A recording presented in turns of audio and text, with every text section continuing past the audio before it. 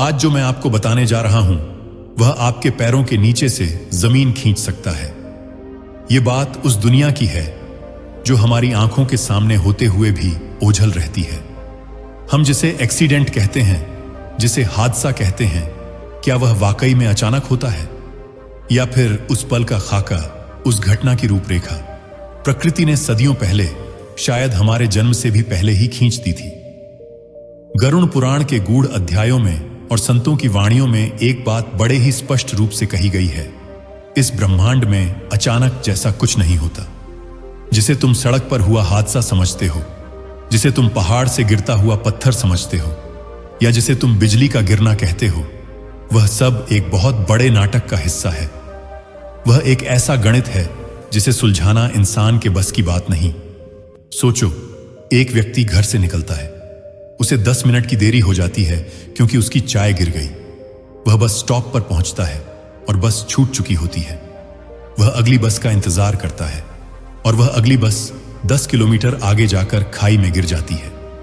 अब सवाल यह है, क्या उस चाय का गिरना महज एक गलती थी या फिर प्रकृति ने उसे बचाने के लिए वह चाय गिराई थी?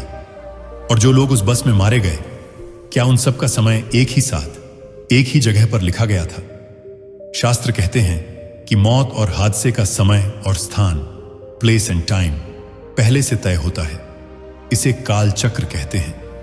जब किसी की मौत किसी लोहे के टुकड़े से लिखी होती है तो प्रकृति ऐसी परिस्थितियां बनाती है कि वह इंसान और वह लोहे का टुकड़ा दोनों एक ही समय पर एक ही बिंदु पर टकराएं। तुम इसे एक्सीडेंट कहते हो, नियति इसे मिलन कहती है। प्रकृति हमें इशारे देती है। हादसे से पहले के संकेत बड़े ही विचित्र होते हैं। कभी जानवरों का अजीब व्यवहार करना, कभी बिना हवा के दिए का बुझ जाना, कभी शरीर के अंगों का अकारण फड़कना। लेकिन इंसान अपने अहंकार में इतना चूर है कि वह इन संकेतों को वहम कहकर टाल देता है। प्रकृति ने तो डिजाइन तैयार कर लिया है, मकड़ी ने जाल बुन लिया है, अब बस मक्खी के आने की देरी है। और वह मक्खी अपनी मर्जी से उड़ती हुई, हंसती खेलती उस जाल की तरफ बढ़ रही है। इस रहस्य को समझाने के लिए मैं तुम्हें एक ऐसी कहानी सुनाता हूं जो आज तक किसी ने नहीं सुनी। यह कहानी इतनी विचित्र है, इतनी रहस्यमयी है कि सुनने वाले का कलेजा कांप जाए। यह कहानी है उस जाल की जो कुदरत ने एक ऐसे इंसान के लिए बुना था जिसे अपनी किस्मत पर बहुत गुमान था। कहानी, रेगिस्तान का जलता हुआ जहाज बहुत पुरानी बात है।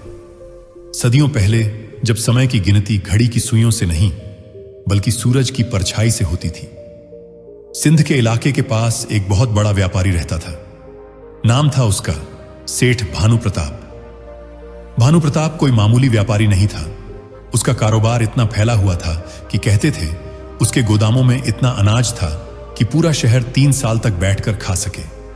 लेकिन भानु प्रताप की सबसे बड़ी दौलत उसका धन नहीं, उसका अहंकार था। वह मानता था कि पैसा भगवान तो नहीं, लेकिन भगवान से कम भी नहीं। उसे लगता था कि वह अपनी दौलत से मौत को भी कुछ समय के लिए खरीद सकता है। एक बार भानु प्रताप के शहर में एक अघोरी आया, शरीर पर भस्म, आंखों में अंगारे और गले में हड्डियों की माला। वह अघोरी श्मशान में नहीं बल्कि बाजार के बीचों बीच धूनी रमाकर बैठ गया। लोग डरते थे, लेकिन भानु प्रताप को अपनी रुतबे का नशा था। वह उस अघोरी के पास गया और उपहास करते हुए बोला, ए बाबा, तुम तो भूत भविष्य देखने का दावा करते हो। जरा देखकर बताओ, मेरी मौत कैसे होगी? क्या किसी रेशमी बिस्तर पर या सोने के पलंग पर? अघोरी ने अपनी लाल आंखें खोली और भानु प्रताप के चेहरे को ऐसे देखा जैसे कोई कसाई बकरे को तौलता है। अघोरी जोर से हंसा। उसकी हंसी में सूखे पत्तों की खड़खड़ाहट थी। मूर्ख, अघोरी ने कहा, तू अपनी रेशमी सेज पर नहीं मरेगा। तेरी मौत तो प्रकृति ने बड़े ही विचित्र ढंग से डिजाइन कर रखी है। तेरी मौत जल समाधि से होगी। तू पानी में डूबकर मरेगा। भानु प्रताप ठहाका मारकर हंसा। पानी में? अरे बाबा, मैं तो तैरने में माहिर हूं, और वैसे भी मैं समुद्र की यात्रा नहीं करता। मैं तो जमीन का व्यापारी हूं। अघोरी ने अपनी धूनी से एक जलता हुआ कोयला उठाया और उसे अपनी हथेली पर नचाते हुए बोला, पानी तुझे ढूंढेगा नहीं, तू पानी के पास जाएगा। और सुन, तू वहां डूबेगा जहां मीलों तक पानी की एक बूंद भी नहीं होगी। तू सूखे समुद्र में डूबेगा। यह बात सुनकर भानु प्रताप का माथा ठनका। सूखे समुद्र में कोई कैसे डूब सकता है? यह तो पागलपन है। लेकिन अघोरी की वह बात, जहां मीलों तक पानी नहीं होगा, उसके दिमाग में कीड़े की तरह रेंगने लगी। भानु प्रताप ने एक उपाय सोचा। उसने सोचा कि अगर मौत पानी से लिखी है तो मैं ऐसी जगह चला जाऊंगा जहां पानी का नामो निशान न हो। उसने अपने ज्योतिषियों को बुलाया और पूछा, दुनिया की सबसे सूखी जगह कौन सी है? उसे बताया गया कि पश्चिम में थार के रेगिस्तान के बीचों बीच एक ऐसा इलाका है जिसे मृत्यु का टीला कहते हैं। वहां साल में एक बार भी बारिश नहीं होती। वहां सिर्फ रेत है, आग उगलती गर्मी है और दूर दूर तक सूखा है। भानु प्रताप ने फैसला किया। उसने अपनी सारी सुरक्षा के साथ उस रेगिस्तान के बीचों बीच एक किला बनवाने का आदेश दिया। एक ऐसा किला जो पहाड़ की ऊंचाई पर हो, ताकि बाढ़ का पानी भी वहां न पहुंच सके। उसने सोचा कि वह अपनी उम्र के उस खतरनाक साल को वहीं गुजार देगा। न नदी होगी, न तालाब, न समुद्र, तो डूबेगा कैसे? किला तैयार हुआ। भानु प्रताप वहां रहने लगा। उसने कसम खा ली थी कि वह नहाने के लिए भी सिर्फ गीले कपड़े का इस्तेमाल करेगा, टब या बाल्टी का नहीं। वह पानी भी लौटे से नहीं बल्कि चम्मच से पीता था। डर इतना गहरा था। समय बीतता गया। वह साल खत्म होने को आया जिस साल उसकी मौत की भविष्यवाणी थी। भानु प्रताप की हिम्मत बढ़ने लगी। उसने सोचा, देखो, मैंने विधि का विधान बदल दिया। मैं रेगिस्तान में बैठा हूं। यहां डूबना तो दूर, प्यास से मरना आसान है।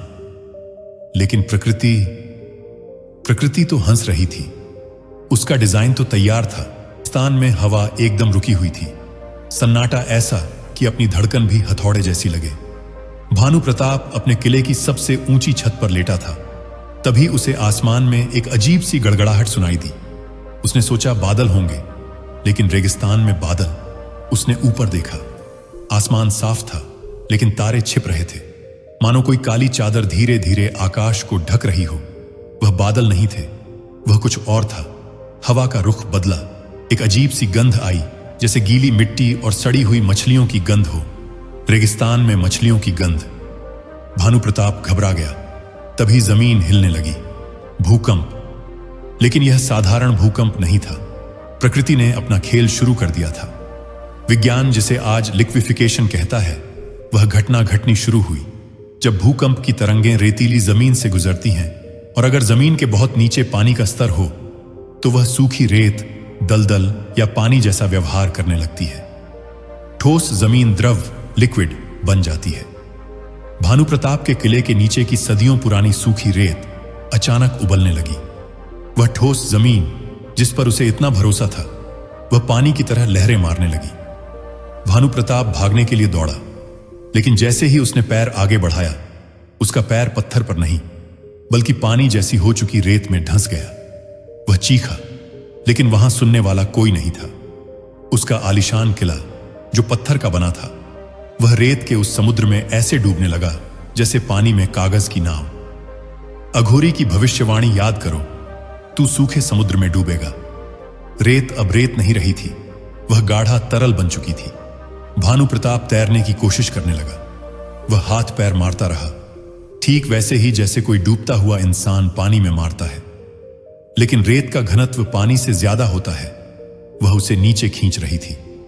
उसका मुंह रेत से भर गया। वह सांस नहीं ले पा रहा था। उस रात उस रेगिस्तान में जहां मीलों तक पानी की एक बूंद नहीं थी, भानु प्रताप डूब गया। वह रेत में डूब कर मरा। सुबह जब सूरज निकला तो वहां न किला था, न भानु प्रताप। सिर्फ समतल रेत थी, जैसे वहां कभी कुछ था ही नहीं। प्रकृति ने अपना काम कर दिया था। उसने एक्सीडेंट को ऐसे डिजाइन किया था कि इंसान की बुद्धि चकरा जाए। उसने पानी से मौत लिखी थी, लेकिन पानी का इस्तेमाल ही नहीं किया। उसने जमीन को ही पानी बना दिया। जब कोई एक्सीडेंट होता है तो हम कहते हैं गाड़ी का ब्रेक फेल हो गया। लेकिन गरुड़ पुराण की दृष्टि से देखो, उस ब्रेक के फेल होने की प्रक्रिया आज शुरू नहीं हुई। वह महीनों पहले शुरू हुई थी, जब मैकेनिक ने एक छोटा सा पेंच ढीला छोड़ दिया था, या जब उस लोहे में जंग लगना शुरू हुआ था। वह जंग, वह ढीला पेंच, वह ड्राइवर की 1 सेकंड की झपकी और सामने से आता हुआ ट्रक, यह सब अलग अलग दिशाओं से आ रहे थे, लेकिन इनका मिलान बिंदु तय था। इसे हारण अनुबंध कहते हैं। जिस ट्रक से एक्सीडेंट हुआ, शायद उस ट्रक के लोहे का या उस ट्रक ड्राइवर का मरने वाले व्यक्ति के साथ पिछले जन्म का कोई हिसाब बाकी था। प्रकृति ने उस हिसाब को बराबर करने के लिए यह मंच सजाया। कभी सुना है कि कोई इंसान अपने घर में सुरक्षित बैठा है और बाहर से एक हवाई जहाज का टुकड़ा उसकी छत तोड़कर उस पर गिर जाए? यह संयोग नहीं है। उस टुकड़े को हजारों फीट ऊपर से गिरना था। हवा के दबाव को उसे एक खास दिशा देनी थी और ठीक उसी वक्त उस इंसान को उस कुर्सी पर बैठे रहना था। यह इतनी सटीक टाइमिंग है कि दुनिया का कोई सुपर कंप्यूटर भी इसे कैलकुलेट नहीं कर सकता। यह केवल विधान है। जब कोई ट्रेन हादसा होता है तो उसमें मरने वाले 50 लोग अलग अलग शहरों से, अलग अलग काम से, अलग अलग वजहों से उस ट्रेन में चढ़े थे। किसी को शादी में जाना था, किसी को नौकरी पर, कोई सिर्फ घूमने जा रहा था। लेकिन उन सबको एक ही डिब्बे में, एक ही समय पर इकट्ठा किसने किया? उन सबकी कुंडली में एक ही समय पर मृत्यु योग कैसे बन गया? यह प्रकृति का बल्क डिजाइन है। जैसे माली सूखे पत्तों को एक साथ झाड़ू लगाकर जला देता है, वैसे ही काल अपना हिसाब एक साथ करता है। कई बार लोग कहते हैं, मैं उस फ्लाइट में जाने वाला था, लेकिन ट्रैफिक में फंस गया और फ्लाइट छूट गई। बाद में पता चला वो प्लेन क्रैश हो गया। वह इंसान सोचता है कि वह बच गया, लेकिन सच यह है कि उसका टिकट उस मौत की यात्रा के लिए कंफर्म नहीं था। प्रकृति ने ट्रैफिक जाम का एक्सीडेंट सिर्फ इसलिए डिजाइन किया ताकि उसे उस बड़े एक्सीडेंट से रोका जा सके। यह भी एक डिजाइन ही है। वह जाम कोई इत्तेफाक नहीं था, वह एक सुरक्षा कवच था। सबसे बड़ा एक्सीडेंट शरीर का नहीं, बुद्धि का होता है। विनाशकालय विपरीत बुद्धि। एक्सीडेंट से ठीक पहले इंसान की बुद्धि काम करना बंद कर देती है। एक बहुत ही कुशल ड्राइवर जो 20 साल से गाड़ी चला रहा है, अचानक एक ऐसी गलती कर बैठता है जो एक नौसिखिया भी न करे। वह लाल बत्ती देखता है, लेकिन उसका दिमाग उसे हरा पड़ता है। यह क्या है? यह प्रकृति द्वारा उसकी चेतना पर डाला गया पर्दा है। क्योंकि हादसा होना तय है, इसलिए पहले उसकी रक्षा पंक्ति दिमाग को फेल किया जाता है। तो क्या हम सिर्फ कठपुतलियां हैं? क्या डर कर जीना चाहिए? नहीं। गरुड़ पुराण डरने के लिए नहीं, समझने के लिए है। यह जो डिजाइन है, यह हमारे ही कर्मों की स्याही से लिखा गया है। एक्सीडेंट प्रकृति डिजाइन करती है, लेकिन उसका मटेरियल हम सप्लाई करते हैं। हमारे क्रोध, हमारे पाप, हमारा अहंकार, यही वो ईंट पत्थर हैं जिनसे हमारी दुर्घटनाओं की दीवार खड़ी होती है। संत कहते हैं कि अगर तुम प्रकृति के संकेतों को समझना सीख जाओ तो शायद तुम उस डिजाइन को थोड़ा बदल सको, या कम से कम उसके प्रभाव को कम कर सको। जानवरों को देखो। सुनामी आने से पहले जानवर पहाड़ों पर भागने लगते हैं। क्यों? क्योंकि वे तर्क नहीं करते, वे महसूस करते हैं। इंसान ने महसूस करना छोड़ दिया है। वह सिर्फ मोबाइल की स्क्रीन में खोया है। अगर कभी घर से निकलते वक्त मन में अकारण बेचैनी हो, पैर भारी हो जाएं, या बार बार रुकावट आए, तो रुक जाओ। जिद मत करो। हो सकता है प्रकृति तुम्हें रोक रही हो सकता है आगे के मोड़ पर यमराज तुम्हारा इंतजार कर रहे हों और तुम्हारे रुक जाने से वह मुहूर्त निकल जाए। याद रखना, इस ब्रह्मांड में एक पत्ता भी बिना वजह नहीं हिलता। जिसे तुम सड़क पर पड़ा हुआ पत्थर समझकर ठोकर मारते हो सकता है वह पत्थर किसी और के लिए काल बनकर वहां रखा गया हो। जीवन एक बहुत बड़ी पहेली है। हम सब एक अंधेरे कमरे में चल रहे हैं जहां फर्नीचर पहले से सजा हुआ है। हम टकराते हैं और कहते हैं, ओह, एक्सीडेंट हो गया, जबकि गलती हमारी आंखों की है, फर्नीचर की नहीं। वह तो वहीं था जहां उसे होना चाहिए था। इसलिए अगली बार जब तुम किसी हादसे के बारे में सुनो या किसी बाल बाल बचने की घटना को देखो, तो उसे सिर्फ किस्मत मत कहना। समझना कि इसके पीछे एक बहुत गहरी साजिश है, एक बहुत पुराना हिसाब है और एक अदृश्य हाथ है जो हम सबकी डोर थामे हुए हैं। जागते रहो, क्योंकि जो सोता है उसे काल सबसे पहले दबोचता है, और जो अहंकार में भानु प्रताप की तरह सूखे समुद्र में छिपने की कोशिश करता है प्रकृति उसके लिए रेत को भी पानी बना देती है।